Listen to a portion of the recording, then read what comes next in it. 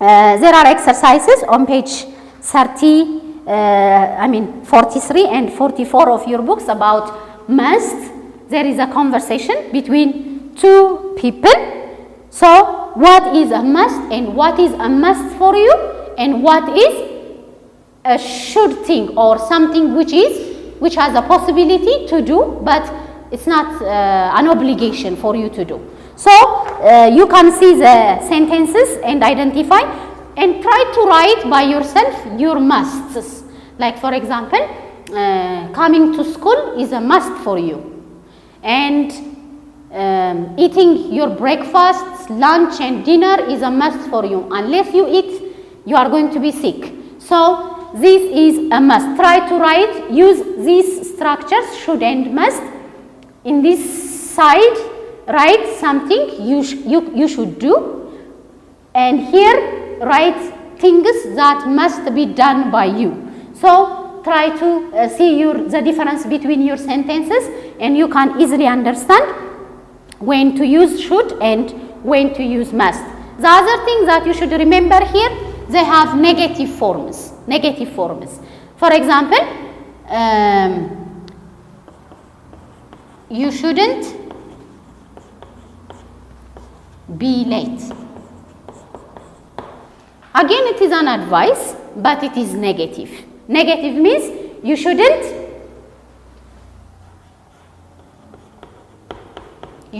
be late. It is an advice, but it is in negative form. As you remember, there are 4 types of sentences: statement sentence, statement sentences. They can be negative sentences, negative, or positive. So the first sentence, this one, you should see a doctor, is a positive sentence, and you shouldn't be late is a negative sentence.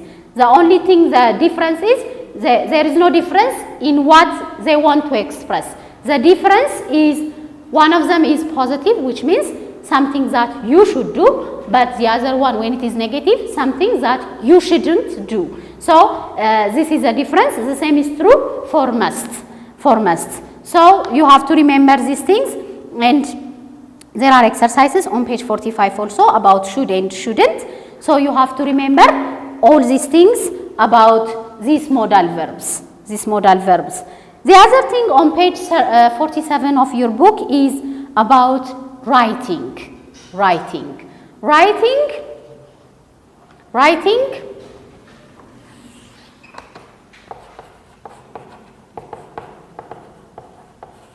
So last time, if you remember, we discussed the rules or the punctuation marks that we need to use when we are writing paragraphs.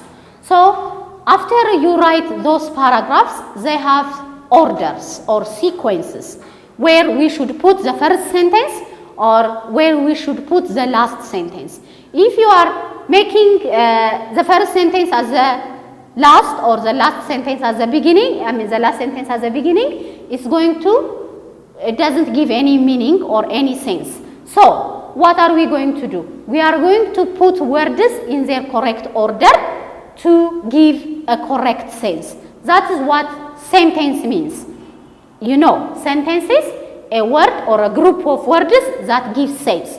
So if we want to give words give sense, we have to put them in their correct order.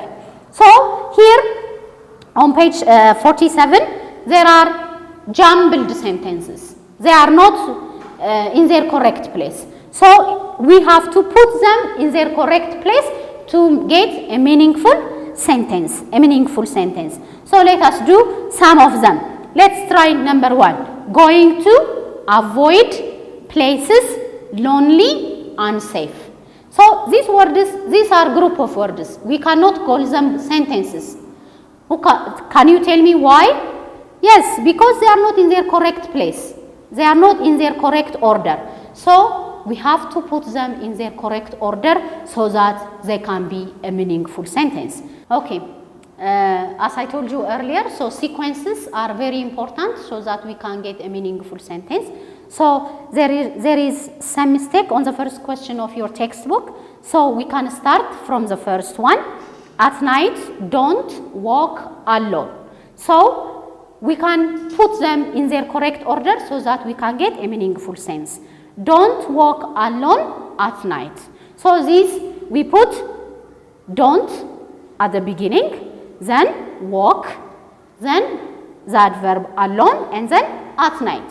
So don't walk alone at night. So we rearrange the words so that we can get a meaningful sentence. So the next one, the third, the fourth, and the fifth one, you try it by yourself and try to arrange the words in their correct order and write them on your exercise book. Okay, so we have seen these things. Imperative commands or imperatives or command sentence gives us order. The second thing, imperative or command sentences mostly they take full stop at the end, but sometimes if the command is given with a strong emotion, then we are going to put, or we can put, exclamatory mark. So on page 50 of your book, 52 of your books, there are some examples. Rewrite the sentences in imperative, it says. So sentences are given. Just a normal statement sentences are given. What are you going to do? You are going to change them into commands or instructions. Like the example given here. You mustn't step on the grass, which means you don't have to walk on the grass. So how can we change this into imperative? Don't step on the grass. This is now a command. Something that gives you order not to do, not to do. The second one also, you mustn't play on the street. So don't play on the street. Don't play on the street. This is a command. So there are exercises. You can try it by yourself. The one that I want to give you as a homework is on page 53. You are going to write 5 commands that you hear in your school. For example, your teachers, the principal tells you every day some things to do and some things not to do, which means they are giving you order. So I need you to write those 5 things, something that you must do, which is ordered by the teachers, or it can be by the principals of the school. So I need you to write 5 sentences on your exercise book as a homework or on a piece of paper. Try it and then we will see it. So imperative sentences, to just summarize what we have seen today, is about modal verbs. Modal verbs. Earlier we have seen about can. Then today we added should and must. So when do we use should? To give advice, and must for obligations or something that has a consequence if we are not doing it. And the other thing is there is a passage about Ayele's bad day, and also the vocabularies. Read those passages and do the vocabularies. The other thing that we have discussed is about types of sentences, the 4 types of sentences, and mainly we talked about imperative sentences. Imperative sentences are sentences that gives us order, and they will take full stops and sometimes exclamation mark.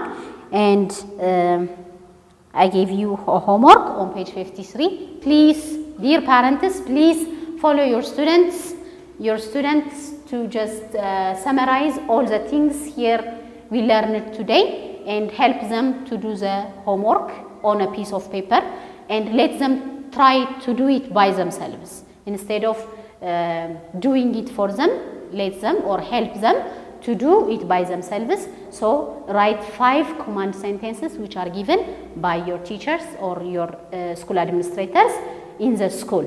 So this is all what I have for today. Thank you. See you next time.